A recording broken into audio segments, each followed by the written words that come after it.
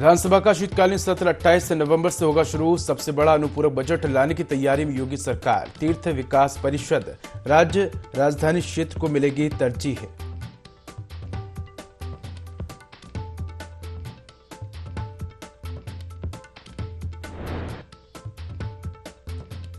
UP के राज्यपाल आनंदीबेन पटेल का जन्मदिन आज। सीएम योगी ने दी बधाई, लिखा सुदीर्घ और सुयशपूर्ण जीवन की हो प्राप्ति।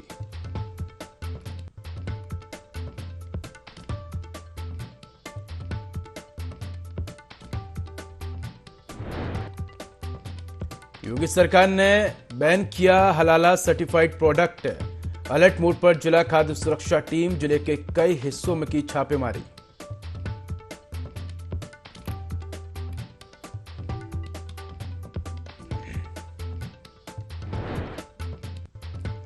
लखनऊ में सत्या विजनेस पार्क बिल्डिंग में लगी आग। भगदड़ में 2 से 3 कर्मचारी घायल। कड़ी मशक्कत के बाद आग पर पाया काबू।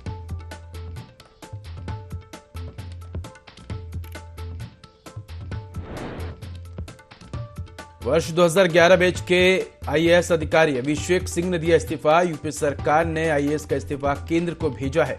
फिल्मों में काम कर रहे हैं आईएएस अभिषेक सिंह।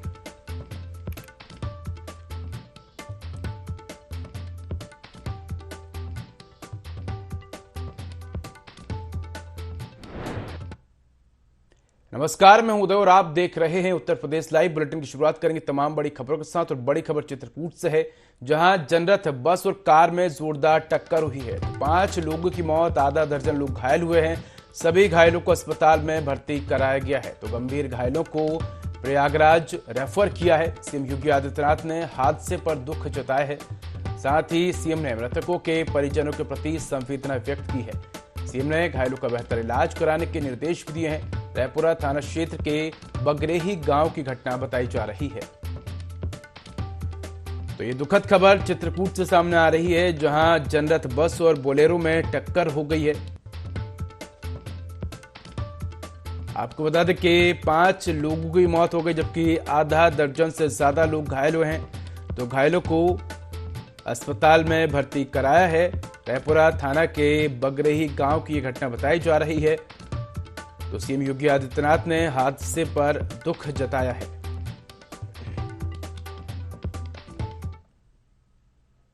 बड़ी खबर लखनऊ से है, जहां समाजवादी पार्टी की पीडीए यात्रा का समापन। सैफई में अखिलेश यादव ने यात्रा का समापन किया है। शिवपाल यादव, डिम्पल यादव भी मौके पर मौजूद रहे। तो 202 विधानसभा क्षेत्रों से होकर निकली पीडीए यात्रा।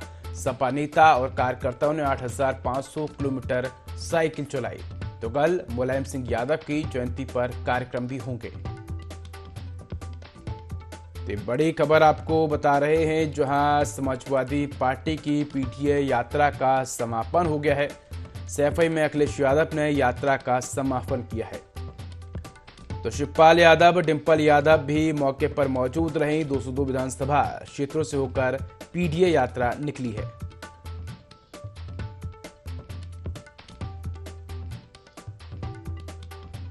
से पहले सभी अपने साथियों को बहुत बहुत बधाई देना चाहता हूँ। मुझे याद है कि जिस समय आप लोग अपना कार्यक्रम बना रहे थे कि हम लोग हर विधानसभा में जाकर के और पूरे उत्तर प्रदेश में कार्यक्रम चलाएंगे। जब पदयात्रा शुरू हुई थी, उस समय लोकतंत्र बचाओ संविधान बचाओ यात्रा थी और उसको कई जिलों में आप लोग लेकर के गए हैं। वहां पर समाजवादी पार्टी के नेता, समाजवादी पार्टी के चुनाव लड़ने वाले या विधायक आपकी यात्रा में लगातार शामिल हुए। तो ऐसी खबर पर अधिक जानकारी के लिए हमारे साथ सहयोगी आसिफ जुड़ चुके हैं। आसिफ, अगर बात करें समाजवादी पार्टी की पीडीए यात्रा जो है वो उत्तर प्रदेश के सभी क्षेत्रों से होकर निकली है। क्या कुछ इस यात्रा का मकसद था? आज इस यात्रा का समापन हो गया है। साथ ही कल मुलायम सिंह यादव की जयंती पर कई कार्यक्रम भी होंगे। क्या अधिक जानकारी? आसिफ,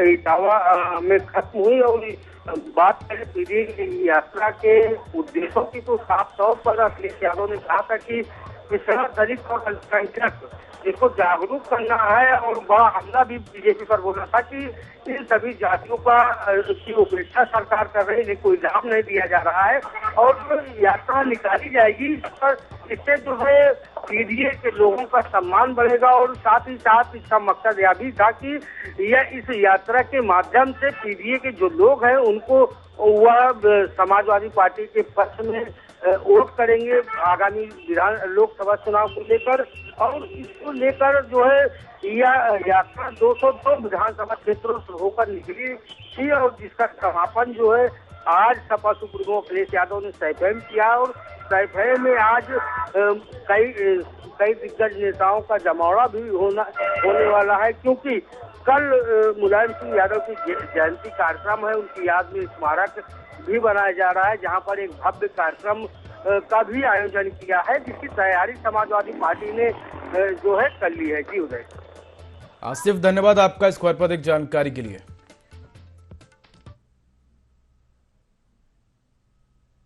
बड़ी खबर लखनऊ से है, जहां शिक्षक अभ्यर्थियों से मिलने पहुंची विधायक पल्लवी पटेल। आपको बता दें कि 69,000 शिक्षक अभ्यर्थियों से मिलने इको गार्डन पहुंची है पल्लवी पटेल। तो अभ्यर्थियों द्वारा कई महीनों से प्रदर्शन किया जा रहा है। नियुक्ति पत्र की मांग को लेकर लगातार अभ्यर्थी प्रदर्शन कर रहे हैं। तो पल्लवी पटेल ने कहा कि शिक्षक जो धरने पर बैठे हैं, घोटाले को लेकर जो प्रदर्शन कर रहे हैं, न्याय की मांग को लेकर प्रदर्शन कर रहे हैं, आज हम इनका सहयोग मांगने आए हैं। चाहे लेखपाल भर्ती हो, चाहे पुलिस भर्ती हो, हर तरीके से आरक्षण को ताक पर रखकर विसंगतियां हो रही हैं। एक बड़ी खबर आपको लखनऊ से बता रहे हैं, जहां शिक्षक अभ्यर्थियों से मिलने विधायक पल्लवी पटेल पहुंची हैं। इसके साथ ही उन्होंने कहा कि शिक्षक जो धरने पर बैठे हैं, घोटाले को लेकर जो प्रदर्शन कर रहे हैं, न्याय की मांग को लेकर लगातार प्रदर्शन कर रहे हैं, आज हम इनका सहयोग मांगने आए हैं। चाहे लेखपाल भर्ती हो, चाहे पुलिस भर्ती हो, हर तरीके से आरक्षण को ताक पर रखकर विसंगतियां हो रही हैं।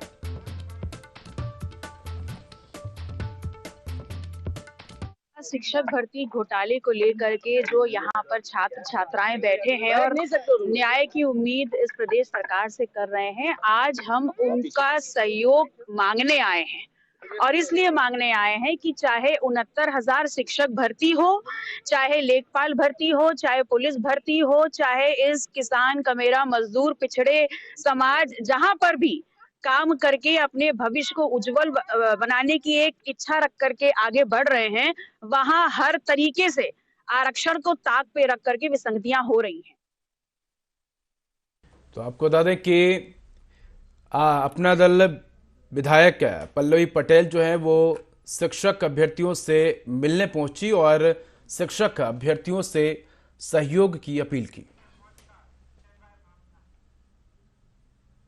बड़ी खबर लखनऊ से है, जहां एडिशनल एसपी के बेटे की सड़क हादसे में मौत का मामला सामने आया है। एडिशनल एसपी श्वेता श्रीवास्तव के घर पुलिस अफसर पहुंचे हैं, साथ ही special DG law and order Prashant Kumar, DG training Renuka Mishra भी पहुंची है। तो police commissioner SP Shiradkar, Naveen Arora समेत कई अफसर भी पहुंचे हैं। आज सुबह जनेश्वर मिश्र पार्क के पास अज्ञात वाहन की टक्कर में मौत हुई है। तो ये बड़ी खबर आपको लखनऊ से बता रहे हैं, जहां एडिशनल एसपी के बेटे की सड़क हादसे में मौत का मामला सामने है। इसके बाद कई बड़े अफसर्स एडिशनल एसपी श्वेता श्रीवास्तव के घर पहुंचे हैं। तो आपको बता दें कि आज सुबह जनेश्वर मिश्र पार्क के पास अज्ञात वाहन की टक्कर से एडिशनल एसपी के बेटे की सड़क हादसे में मौत हो गई। तो बड़ी खबर लखनऊ से है, जहां यूपी सरकार ने आईएएस का इस्तीफा केंद्र को भेजा है। आपको बता दें कि वर्ष 2011 बैच के आईएएस अधिकारी हैं अभिषेक सिंह। तो फिल्मों में काम कर रहे हैं आईएएस अधिकारी अभिषेक सिंह और लंबी गैरहाजिरी से फरवरी 2023 से निलंबित हैं। अभिषेक सिंह ने पिछले महीने प्रदेश के नियुक्ति विभाग को इस्तीफा भेजा था। कार्मिक विभाग ने अंतिम मंजूरी के लिए इस्तीफा भारत सरकार को भेजा है। तो अभिषेक सिंह ने 2 महीने पहले आईएएस से इस्तीफा दे दिया था। अभिषेक सिंह यूपी के चर्चित आईएएस दुर्गा नागपाल के पति हैं। तो बड़ी खबर आपको लखनऊ से बता रहे हैं, जहां यूपी सरकार ने आईएएस का इस्तीफा केंद्र को भेजा है। वर्ष 2011 बैच के आईएएस अधिकारी हैं अभिषेक सिंह। तो फिल्मों में काम कर रहे हैं आईएएस अभिषेक सिंह और लंबी गैर हाजिरी के चलते निलंबित हैं।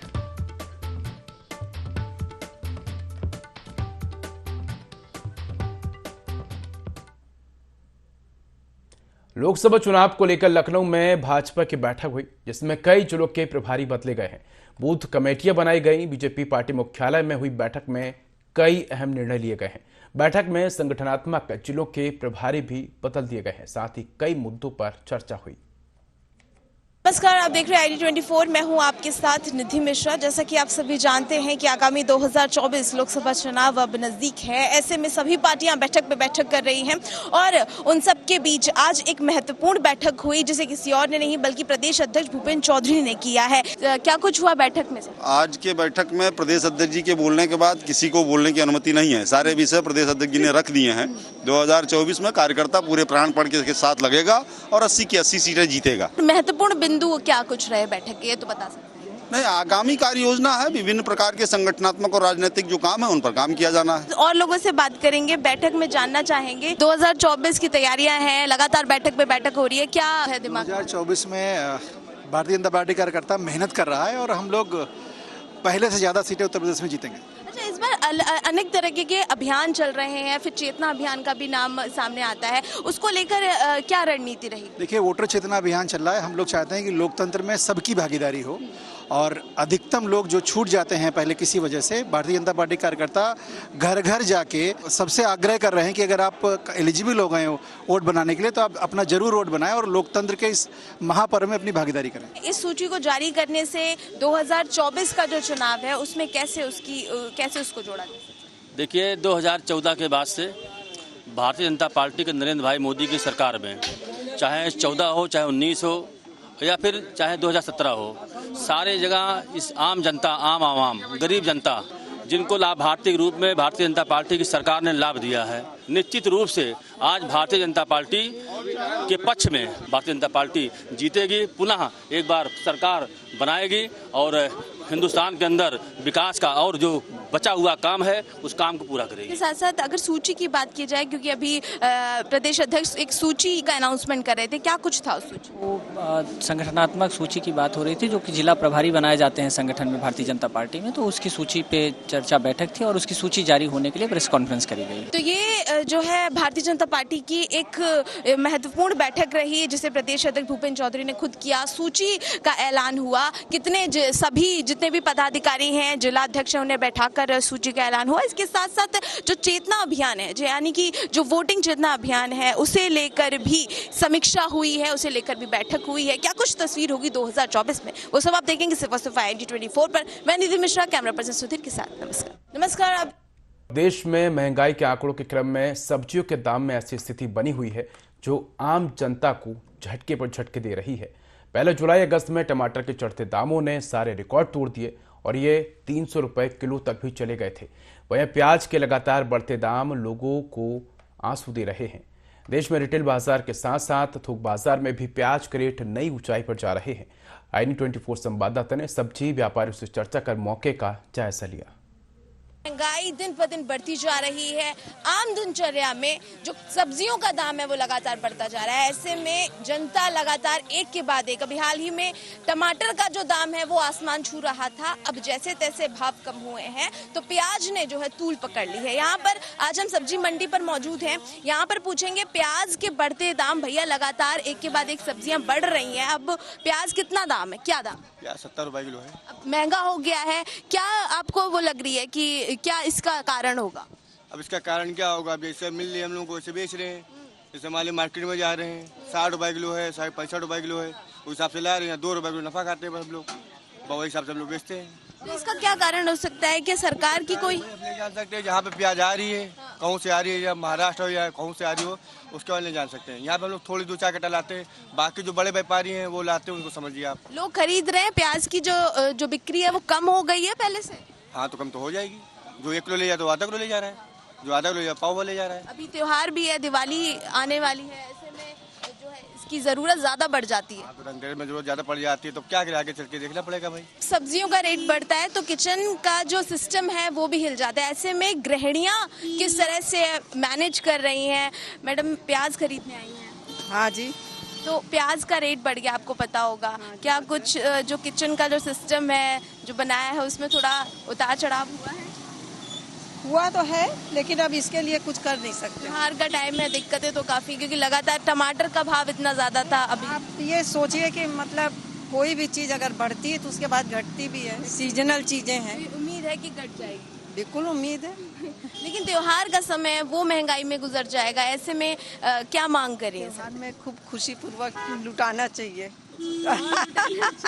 चलिए, ऐसे लोगों के विचार हैं कि महंगाई तो है ही, लेकिन जो त्योहार का समय है वो खासा दिक्कत भरा हो जाता है, क्योंकि दिवाली का शुभ अवसर है। ऐसे में जो आम दिनचर्या है वो बिगड़ती हुई नजर आती है। क्या कुछ होगा, क्या कुछ तस्वीर होगी, वो सब आप देखेंगे सिर्फ और सिर्फ IN24 पर। मैं निधि मिश्रा, कैमरामैन सुधीर के साथ। उत्तर प्रदेश की योगी सरकार ने हलाल सर्टिफाइड प्रोडक्ट को पूरी तरह से बैन कर दिया है। खाद्य आयुक्त अनीता सिंह ने सभी जिलों के लिए सख्त निर्देश जारी किए हैं, जिसके बाद से खाद्य सुरक्षा टीम अलर्ट मोड पर है और जिले के कई हिस्सों में छापेमारी भी कर रही है। मुख्य खाद्य सुरक्षा अधिकारी सहित जिला और तहसील खाद्य सुरक्षा अधिकारी राम बिहारी नवीपुर स्थित JB मार्ट पहुंचे और सघन अभियान चलाकर हलाल सर्टिफाइड प्रोडक्ट की तलाश शुरू कर दी। जिला खाद्य सुरक्षा अधिकारी मनोज वर्मा ने बताया कि खाद्य सुरक्षा आयुक्त के सख्त निर्देशों के बाद से हमारी टीम जिले में जगह जगह जांच कर रही है और निर्देश भी जारी किए गए हैं। सुरक्षा मानक अधिनियम 2006 लागू हुआ है। तब से किसी भी खाद्य पदार्थ की गुणवत्ता या उसके नियमन का अधिकार जो है FSSAI को और प्रदेश में FSDA को है।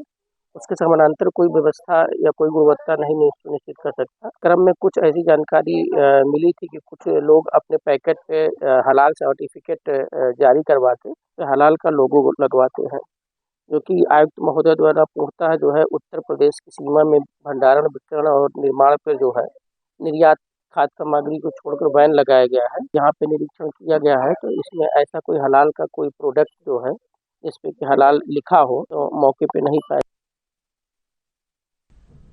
कौशाम्बी से दिल दहला देने वाली घटना सामने आई, जहां एक दुष्कर्म के आरोपी ने दुष्कर्म पीड़िता को दिन दहाड़े मौत के घाट उतार दिया और मौके से फरार हो गया। बताया जा रहा है कि आरोपी दुष्कर्म मामले में समझौते का दबाव बना रहा था, जिसे पीड़िता ने इनकार कर दिया, जिसके कारण आरोपी ने घटना को अंजाम दिया। फिलहाल पुलिस ने मामला दर्ज कर कार्रवाई शुरू कर दी है और आरोपी की तलाश में जुट गई है। मेवा घाट के डेरहा गांव में आज एक ही बिरादरी के दो पक्षों के बीच में पुरानी रंजिश और मुकदमेबाजी को लेकर के आपस में विवाद हुआ, जिसमें एक पक्ष के लोगों ने दूसरे पक्ष के एक 20 वर्षीय युवती पर धारदार हथियार से हमला किया, जिसमें उसकी मृत्यु हो गई है। फिलहाल इसमें मेवा घाट पे सुसंगत धाराओं में अभियोग पंजीकृत किया जा रहा है। आरोपियों के विरुद्ध कड़ी कार्रवाई की जाएगी। सिद्धार्थनगर में एक मासूम बच्ची के साथ दरिंदगी का मामला सामने आया है। 4 साल की मासूम बच्ची के साथ दुष्कर्म के आरोपी 24 वर्षीय युवक को पुलिस ने जेल भेज दिया है। पीड़ित मासूम का इलाज मेडिकल कॉलेज में चल रहा है, जहां उसकी हालत खतरे से बाहर बताई जा रही है। मामला सिद्धार्थनगर जिले के जोगिया कोतवाली का है। फिलहाल पुलिस आगे की कार्रवाई में जुट गई है।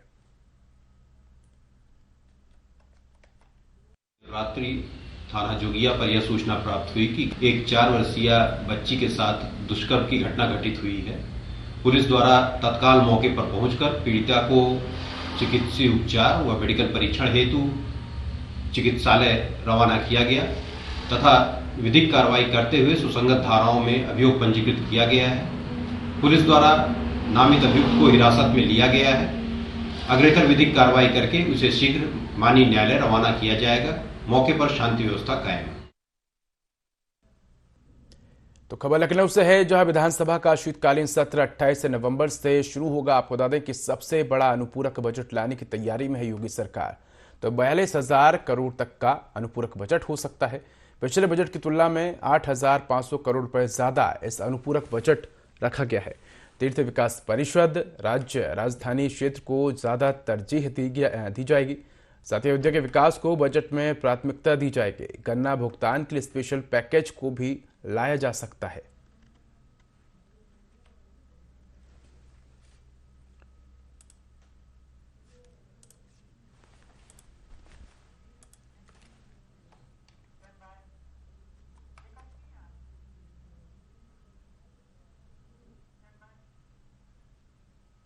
खबर लखनऊ से है, जहां सीएम योगी आदित्यनाथ ने राज्यपाल को जन्मदिन की बधाई दी है। आनंदीबेन पटेल को जन्मदिन की बधाई दी है सीएम योगी आदित्यनाथ ने। तो ये आप देख सकते हैं, जहां सीएम योगी आदित्यनाथ ने एक्स हैंडल पर ट्वीट किया है। उन्होंने लिखा कि उत्तर प्रदेश की माननीय राज्यपाल श्रीमती आनंदीबेन पटेल जी को जन्मदिन की हार्दिक बधाई। आपको उत्तम स्वास्थ्य, सुदीर्घ और सुयशपूर्ण जीवन की प्राप्ति हो। भगवान श्री राम से यही प्रार्थना है।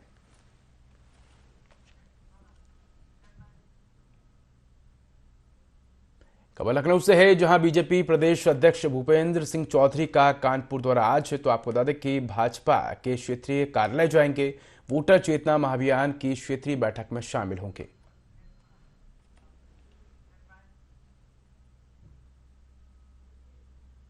खबर लखनऊ से है, जहां विधायक अब्बास अंसारी को हाईकोर्ट से बड़ा झटका लगा है। आपको बता दें कि असलहा लाइसेंस फर्जीवाड़ा मामले में जमानत खारिज हुई है। हाईकोर्ट ने अब्बास अंसारी की जमानत याचिका खारिज की है। तो जनप्रतिनिधि के तौर पर ऐसा कृत्य गंभीर विषय है, हाईकोर्ट का कहना है। साथ ही अभियुक्त से हजारों कारतूस बरामद किए गए हैं। तो ऐसे कारतूस स्पोर्ट्स शूटिंग में प्रतिबंधित हैं।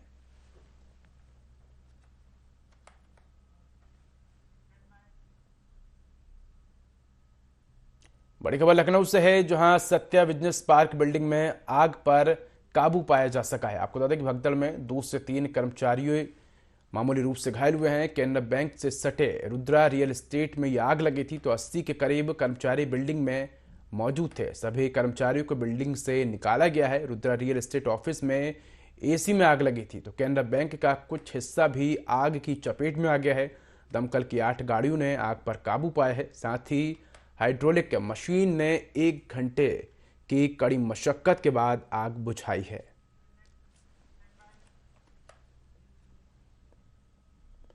राजधानी गोमती नगर रेलवे स्टेशन के बाहर यात्रियों के साथ साथ आम लोगों के लिए रेल कोच रेस्टोरेंट का शुभारंभ किया गया। इस रेल कोच रेस्टोरेंट में हर तरह के व्यंजन लोगों की थाली में परोसे जाएंगे। यह रेस्टोरेंट 24 घंटे और 7 दिन लोगों के लिए खुला रहेगा। आपको बता दें कि कंडम अवस्था में कोच को व्यवस्थित कर रेस्टोरेंट का रूप दिया गया है।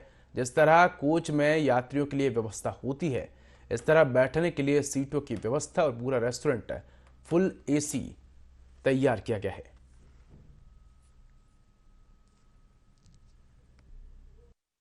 बहुत अच्छी है और रेस्टोरेंट बना भी बहुत अच्छा है।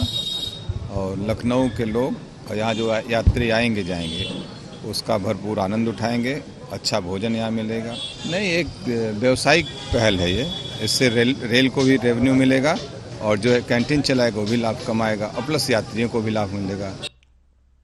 कौशाम्बी में पुरानी रंजिश के चलते एक युवक ने फायरिंग कर दी। दरअसल पूरी घटना करारी थाना क्षेत्र के थांबा अलाबलपुर गांव की है, जहां बच्चों के बीच हुए विवाद के चलते अर्जुन नामक युवक ने ताबड़तोड़ फायरिंग कर दी, जिसमें 2 सगे भाई बहन घायल हो गए। फिलहाल दोनों घायलों का इलाज जारी है।